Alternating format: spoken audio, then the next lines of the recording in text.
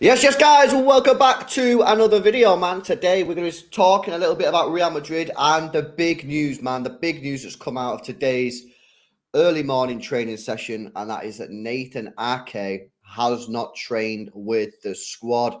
No real surprise, of course. He went off injured, didn't he, against Leeds? We play tomorrow. We didn't train today. Ain't looking good, bruv. It's not looking good, man. That is a massive blow. I was really happy when he played against Leeds, or he started against Leeds, because I had hope, he was going to get that match sharpness into him and be ready for Real Madrid. But it always seems something has to go wrong, man. Something always has to go wrong. You can never just have a perfectly fully fit squad, everyone fresh and healthy and ready to go. But look, man, it's probably our strongest area of the pitch in terms of depth is our defense. We have, 4 or 5 very good center backs. Ake's a blow. But Akanji's had a really, really good season, and I think you can kind of pick the defense now. I'd be looking at a Stones, Walker, Diaz, Akanji, back 3, Walker, Diaz, Akanji, and then Stones in the middle. So we can go over it and talk about it, but it's a big blow, man, because Ake's been class all season. I would have felt that little bit more confident with Real Madrid's firepower knowing Ake was playing. Yeah, you know what? For me, I don't know what other people think about this, but for me, I'm more worried about the right side. I think on the left, we are quite strong. I think there's a lot of people in the chat are saying Akanji's okay on the left-hand side. He has shown me that he can play that role, so I'm not too worried about that. It's more the right-hand side that worried me. But obviously, Walker's available, so he's probably going to start up against Vinny Jr., who's a great player for me, underrated, despite how good he is. I think he's still an underrated player. And that's the issue. Look, it's a blow. It's bad news, but I don't think it's as bad as some other people are making out. Seriously, man. If you would have said that, if you would have said this to me like 4 weeks ago, I'd have gutted, like fully gutted, yeah. But Akanji showed me in games that he can play left back and done a good job. So I think he can still do a good job left back for us. But yeah, Ake being out is bad news. Now, of course, might be available tomorrow, but one has to assume if he's not trained today, he's probably not going to be available for selection 24 hours later against Real Madrid at the Bernabeu, right? So yeah, it's not official that he's not going to be playing tomorrow, but he didn't train today. So yeah, I mean, it's not looking good. Of course, we do have the by the way, we do have the press conference later on, which we'll find out, of course. But yeah, it's I don't know. I'm not feeling as bad as I thought I would do, bro. Are you feeling bad, or how are you feeling about it?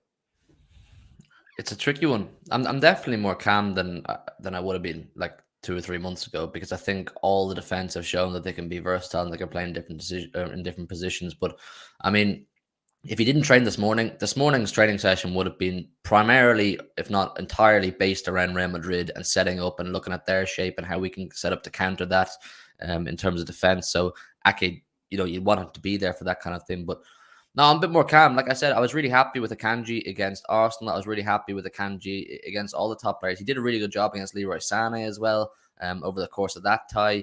There's no reason to doubt Akanji because he's quick. He's quick, Akanji. For a centre half, he's quite a quick guy, and that's the main thing when you're up against these really pacey wingers. But I'm kind of the same as you, is that I feel if you can lock down Vinicius on the other side of the pitch, you'll go a long way to nullifying or quietening their attack. He's for me him, Modric and Benzema. They're the three cogs that if you can quiet one or two of them down, you'll go a long way to saving yourself. That's not to disrespect Rodrigo. I think he's a fantastic player, but I just fear more so the other side of the pitch. So Kyle Walker, who will probably play there now, is going to have a massive task in his hands, but he's done it before. People forget he's done it before. He's been up against that opposition before, and he's done it. So I'm kind of okay with it, and I trust Akanji, like I said. So you know what? It's not panic stations. We're not going, oh no, we have to resort to playing Sergio Gomez, who simply will be out of his depth. He will be out of his depth if he is to play.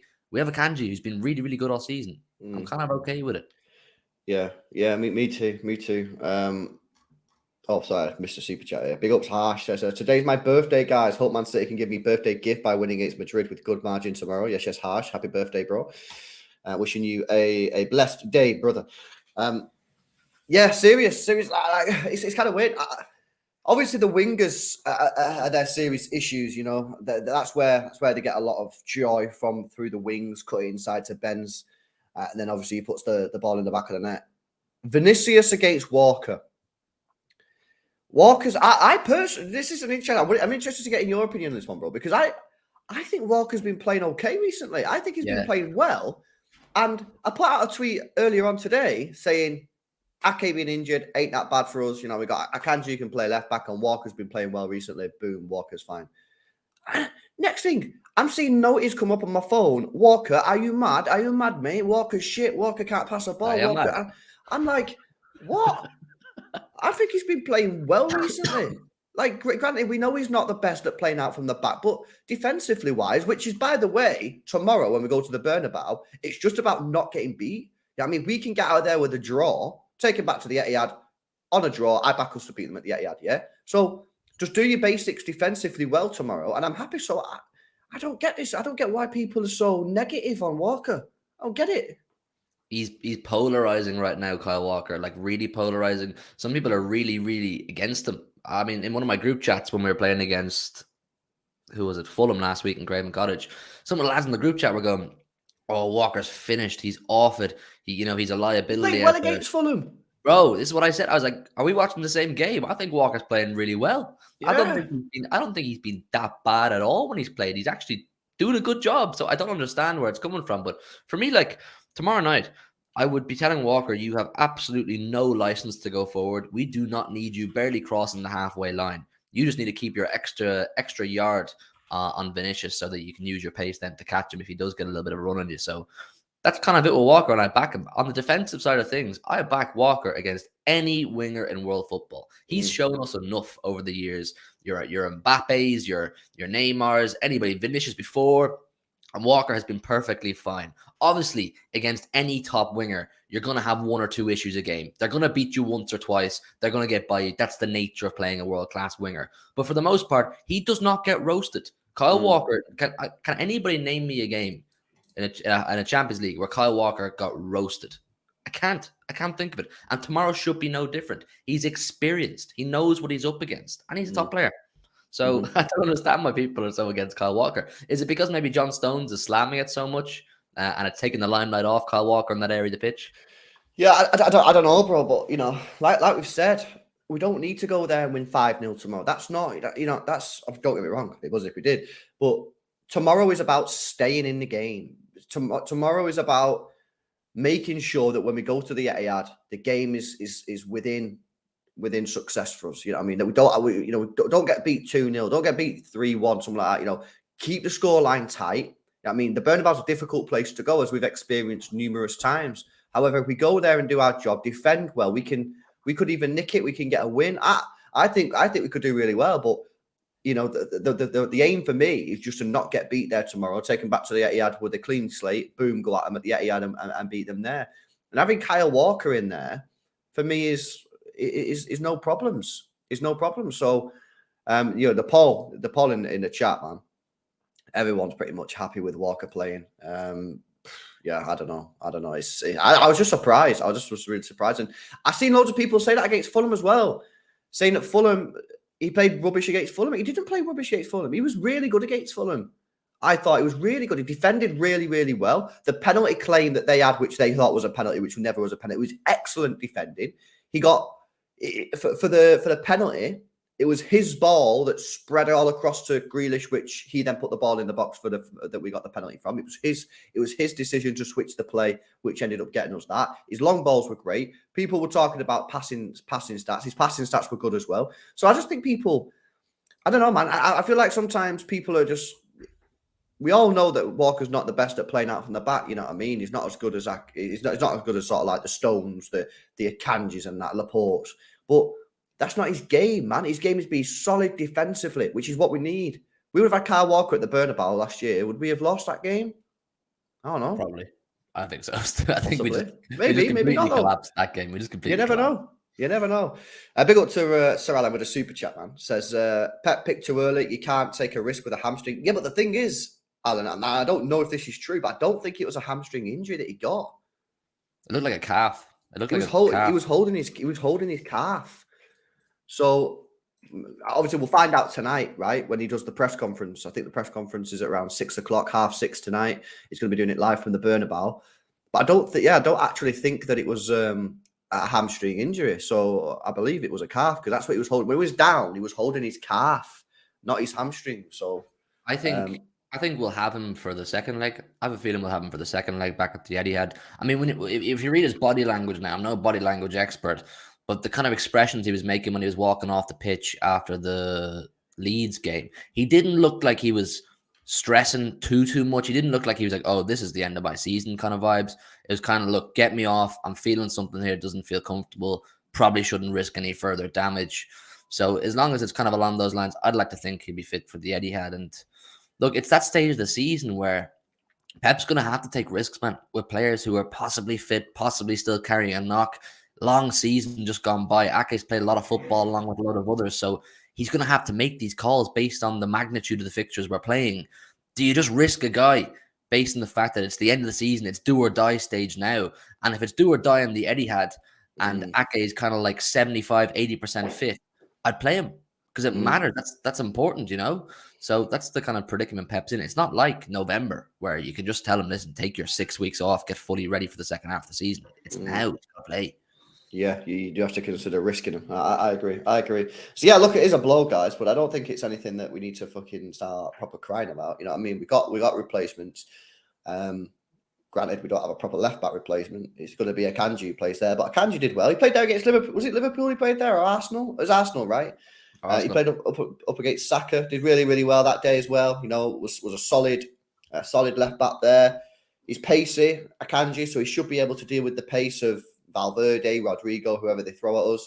So, yeah, big up to Austin. Says people are worried because Kyle Walker can't invert. He won't. Stones will push up and Walker will shift over. Same thing happened with Akanji right back versus Bayern. Yeah, exactly. And that's if he even does go for the inverted thing. He might not do it. He might just go there tomorrow and say, let's not fuck around. Let's just go in there and get out. You know what I mean? But I just don't think it's a major issue. I just don't think it's a major issue, to be honest with you. Don't get me wrong, it is a blow, but it's not something that we should. I don't think it's an injury that can impact the result. I don't think I'll be coming away from tomorrow thinking, if we would have had Ake, it would have been different. I'd be surprised if I'm saying that tomorrow. I might do, but I'd be surprised. Yeah. I think tomorrow night I'm kind of thinking Leipzig away sort of vibes. If you remember when we went to Leipzig away, like we did attack, we did threaten going forward as we always did, but we weren't throwing players forward the way we did in the Leipzig home game. It was a lot more pragmatic. It was a lot more strategic. Get Leipzig back to the Etihad, our home stomping patch, and have a 1v1 hit out because we fancy ourselves there after we hit them for what was it, 7 or something. So tomorrow for the Bernabeu, you're right.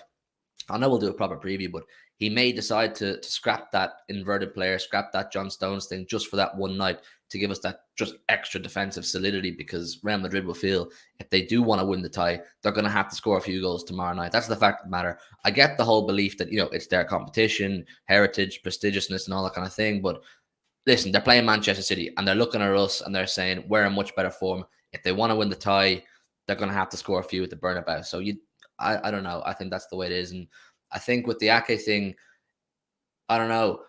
I think I'm the same as you in the sense that it shouldn't impact the result of the game too much, because when you look at Akanji, He's done a really, really good job in these games. He's done a really, really good job. So it should be a like for like, or as close to a like for like as you'll get. I'd like to think anyway. Yeah, no, I agree. I agree. Yeah, it's going to be a madness. It's going to be madness. The players, so just an update on people asking what's going on. The players trained this morning, and Ake was the only player that missed training. Everyone else trained, which is obviously good news. They're going to fly to Madrid, which I imagine they'll be flying now, probably, given the fact that Pep Guardiola is going to be completing his press conference tonight at 6:30 UK time at the Bernabeu Stadium. So, yeah, it's crazy. They'll probably go out and do like a light training session. Usually, when the Champions League, when you've got an away day, the away team is allowed to train on the home team's football pitch the night before the game, just get a little bit used to it. So, I'd imagine that they might go out there tonight and just do a little bit of like a routine, nothing major, just a light kick around basically on the pitch, get themselves in the stadium ready for it, and then tomorrow's the big one. But yeah, man, it's how you feeling ahead of the game, bro? You feeling good, or like what are you saying? Yeah, I'm weirdly calm. I'm weird. I think if I was going to the game, which I'm not, unfortunately, I'm going to the second leg next week. I saw people in the chat asking. I'll do a vlog next week for the one that will decide whether we qualify or not. So you'll get that footage. But if I was going, I'd probably be a little bit more nervous. It'll hit me tomorrow for sure. I mean, you can't not be skeptical going to Santiago Bernabeu. It's a place that just shatters dreams on a yearly basis. So, of course, but right now, I'm feeling good, man. Feeling good. Yeah, I'm feeling pretty calm, man. I'm feeling good. I was in agreement with see Wayne Rooney the other day saying he reckons Man City will smack up Real Madrid. I kind of felt that as well. The confidence level of smacking up Real Madrid has faded slightly. I don't think we'll smack them up, but I do feel confident we can get a result. I feel that we can go there tomorrow and beat them. I do. I think we can go there tomorrow and beat them. I think a draw is a good result. Even like a 1-0 loss is not the worst result in the world. I wouldn't be happy with it, but I think it keeps us in the tie. But I think we can win. I think we'll win the game tomorrow. I'm confident we can do it. And providing Haaland's rebooted his firmware, he's not got that Leeds United firmware because that was not good. We'll be good. Kevin De Bruyne ready to cook. I'm feeling confident. And obviously we rested a lot of players, which Real Madrid didn't in their final against Osasuna. They didn't rest their players. Only Modric was rested, and that's because he's just come back from an injury. Well, look, you know what, bro? Like, as much as I'm trying to not be arrogant about this, I really don't want this to come across arrogant. But if you time traveled to Wednesday morning and then you came back to now and told me we won 4-0 in the Bernabeu, I wouldn't say you're crazy, because that's just a simple case of Haaland gets 4 chances and he's going to stick them to bed. That's the way I believe it. We have a player now in our team that we've never had before that can genuinely just take the game away from a team in 15, 20 minutes. If Madrid switch off a couple times, he gets in behind or he gets a chance in the box and he has his shooting boots on, the game could be finished after one leg. I'm not saying that's what I predict because I have more respect for Real Madrid and what they do in this competition than that, but the possibility is there. It really is there. This team should not be going to the Bernabeu feeling we can't win. We absolutely can win, and we can score plenty of goals. We have enough. We have way more than enough. Attack and threat to put a few goals past Real Madrid. Moji says, "Nah, that's wild, Hugh." I get you're saying that's wild because it's Real Madrid, but you know what I'm saying. When you have a player like Haaland, you can score 3 and 4 goals anywhere. It doesn't matter who you're playing against. That's my point. But because the thing is as well, right? They're going to attack us tomorrow, right? They're not going to sit on the edge of the penalty area. They're going to attack us, which should leave space for certain players to be able to create stuff. It'll leave a high line. That'll leave space for Haaland to run into behind. So, it's... I'm just ready for this game. I can't believe it's tomorrow already. Like, what's going on there? And then we got Everton at the weekend. That's mad. That's a hard game. That's a tricky game. But this is where we're at, man. We're fighting on all fronts. We're going for the treble. We got difficult games, but I reckon tomorrow we can do the job. We'll be without Nathan Ake by the looks of it. We'll find out for sure later on. Pep Guardiola will confirm in his press conference just how long he is going to be out for. But I'm happy. I think Akanji can do a good job at left back. Kyle Walker can do a good job at right back. They'll play football. Real Madrid. They'll attack us, which should leave space for us to maybe do something with Kevin De Bruyne, Haaland, etc. And let's just see what happens, man. But yeah, no Ake out of the game. So Yeah, not the best thing. H said in the chat, Real Madrid fan by the looks of it, says Vinny will cook you. Oh, let's see. Let's see. I Vinny's mean, class. Vinny's last class. year, the only thing I would say is last year he played against a 37-year-old Fernandinho. Yeah.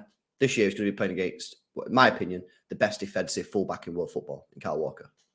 So let's just see. Let's just see. But I mean, personally, I think Vinny Jr., as good as he is, I think he's still underrated.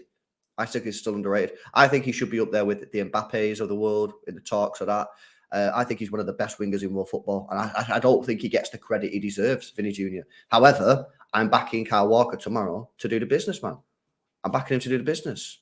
I'm backing Akanji to do the business. Johnny Stones, Ruben Diaz, talk to me. Rodri in the midfield, you know what I mean? Rested. Kevin De Bruyne, Ilkay Gundogan. And then, you know, whoever plays up top, you know what I mean? I'm ready for it. I'm ready for it. Well then, so yeah, just a little bit of an update for you there, guys. Nathan Ake out of the game. Not looking good, Brev. However, the big one comes tonight. Preview. Real Madrid versus Manchester City. Make sure you join us later on this evening. It'll probably be after 6:30 because that's when the press conference is. So just make sure you subscribe, hit the notification bell, and we'll go through all the press conference. Of course, there'll be a player conference as well. So we'll hear from a player that goes to the press conference. We'll give you the starting 11. We'll talk about the game in much more detail. We'll take a look at Real Madrid. It's going to be a mad one. So make sure you hit the notification bell. So when we go live later on, boom, you get the noti bell straight away, innit? But yeah, big up to people. Big up to Lazuli there in the chat. Says, hit the likes. Yes, Lazuli, man. Make sure you smash the like on the stream. Subscribe to the channel as well if you are new, guys. I'll big up to Masame with a super chat. Says City's record versus Madrid: 3 wins, 2 losses, 1 draw. Okay, not the worst in the world. No, that's a good. We've knocked them out before, you know what I'm saying? We've knocked them out of the Champions League before the year we got to the Porto final. So all these people talking about heritage and prestigiousness, I get that, but it doesn't always pip it. It doesn't always win it for you. You know what I mean? I mean, heritage didn't matter at toss when we pipped Liverpool by a point to the league twice. You know, everyone says they're the club with heritage. You know, the better football team can win, believe it or not. Yeah, no, I agree. Big up. Right, guys, join us later on. Main preview. It's going to be madness. You know what I mean? We've got a press conference, everything coming up. Guys, we'll catch you later. See you in a bit.